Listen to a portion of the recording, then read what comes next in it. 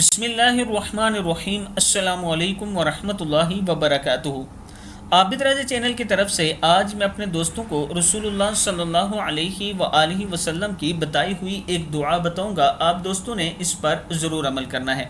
حضرت ابو سعید خدری رضی اللہ تعالیٰ عنہ فرماتے ہیں کہ ایک شخص نے عرض کی، یا رسول اللہ صلی اللہ علیہ وآلہ وسلم، مجھ کو بہت سے افکار اور قرض نے گھیر لیا۔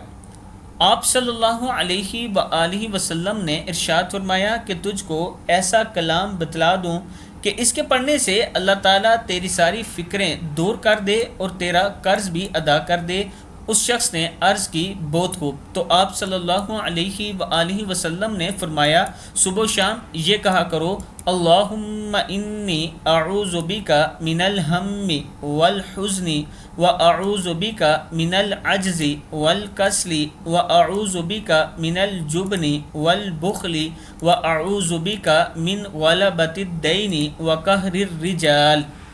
اس شخص کا یہ بیان ہے کہ میں نے یہی کہا، سو میری ساری فکریں اور غم دور ہو گئی اور میں قرض بھی ادا کر چکا، یعنی قرض بھی ادا ہو گیا۔ ابو داؤد کی حدیث ہے کہ اس شخص نے کہا، میں نے یہ دعا پڑھی، میری جتنی پریشانیاں، فکر، غم تھے وہ دور ہو گئے اور جو قرض تھا مجھ پر وہ بھی ادا ہو گیا۔ آپ دوست بھی یہ دعا پڑھا کریں۔ اور اس کے ساتھ میں اپنے دوستوں سے گزارش کروں گا کہ میں ایک مسجد بنوا رہا ہوں، آپ دوست اس میں تعاون کریں، انشاءاللہ اللہ تعالیٰ آپ کو اس کا اجر عظیم عطا فرمائے گا۔